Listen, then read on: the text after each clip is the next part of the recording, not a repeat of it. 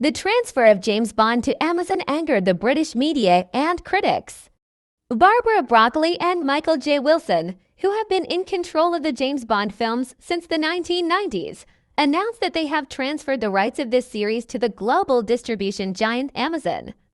A decision that has worried many British cinematographers and critics. Critics fear that the obsessive elegance and British authenticity of James Bond, which has always been an integral part of the series' identity, will become a victim of Hollywood-style mass production and full of special visual effects.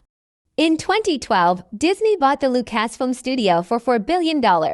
And since then, instead of independent movies, the series has expanded into numerous animated series and video games. An informed source who has been involved in the production of runway projects for years told the Daily Mail, "Everyone is very sad."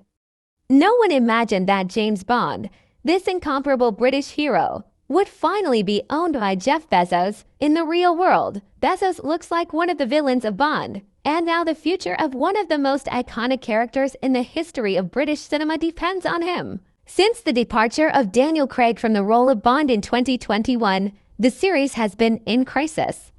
When Amazon bought MGM Studios, the home of the Bond films, in 2022 for $8.5 billion, these concerns increased.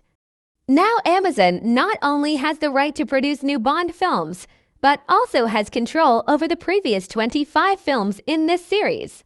Films that have sold $7.5 billion at the global box office so far.